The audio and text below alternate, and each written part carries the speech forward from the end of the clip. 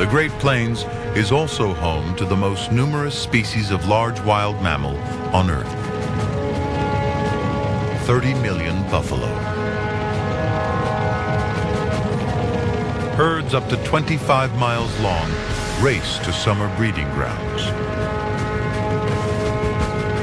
On a collision course with the modern world. The railroad brings a new kind of hunter to the Great Plains. Driven by profit, fresh from the carnage of the Civil War.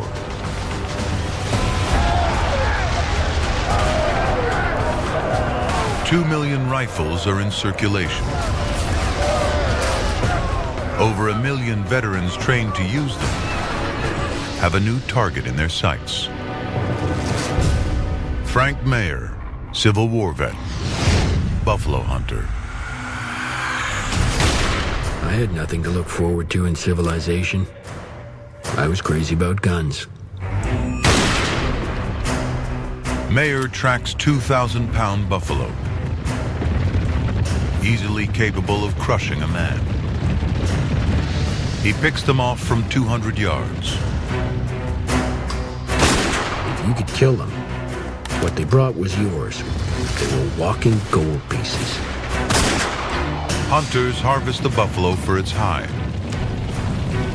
In 1872, they shipped over 1 million out of Kansas alone, worth $3 a piece back east. On a good day, Mayer earns more than the president.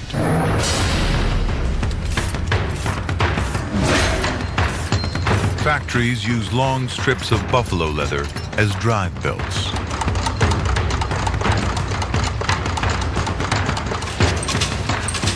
Small pieces become coats and shoes. To meet demand, hunters kill 8,000 buffalo a day for their hides alone. For Americans, this is progress because this is a natural resource. From the Indian perspective, they couldn't understand what the white people were doing. But of course, they knew that the decimation of those buffalo herds would change their lives forever. The Plains Indians depend on the buffalo and worship them. The buffalo were our strength, from whence we came, and at whose breast we suck as babies all our lives. Black elk is 6 years old when the railroad arrives. Unlike the white hunters, his people waste none of their kill. Sinews become bowstrings. Bones are cups and spoons. Skin is clothing, teepees, and coffins. Native Americans and buffalo have coexisted since the last ice age. Black elk's ancestors hunted them on foot. There were no horses to ride. The modern horse isn't native to North America. Spanish conquistadors brought them from Europe in 1493. Some escaped to the Great Plains, perfect horse habitat.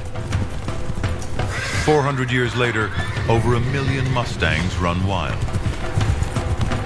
Taming horses transforms the life of the Plains Indian.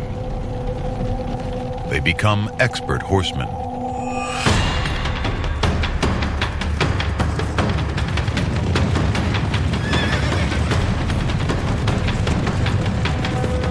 The battle cry went up, "Okay!"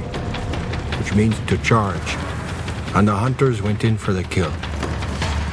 On horseback, the bow is the weapon of choice. In the time it takes to reload a gun, a warrior can ride 300 yards and fire 20 arrows. Buffalo can run at 35 miles an hour. Hunts cover hundreds of miles over many days. It can take 15 arrows to kill a buffalo. White hunters like Frank Mayer use a single cartridge. He aims for the lungs. A clean kill drops a buffalo without disturbing the herd.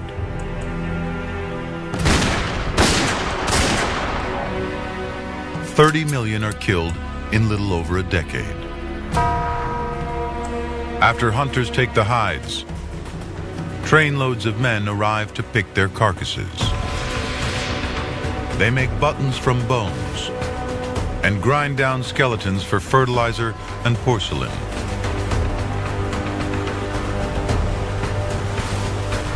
The primary resource keeping Native Americans alive is gone. Facing starvation, they're forced onto reservations. My great-great-grandmother, Grandma Big Eagle, was alive when buffalo hunting ended. They weren't just saying goodbye to a kind of a foodstuff. They were saying goodbye to a way of being in the world. And I think for them to look back on that was just unspeakably sad.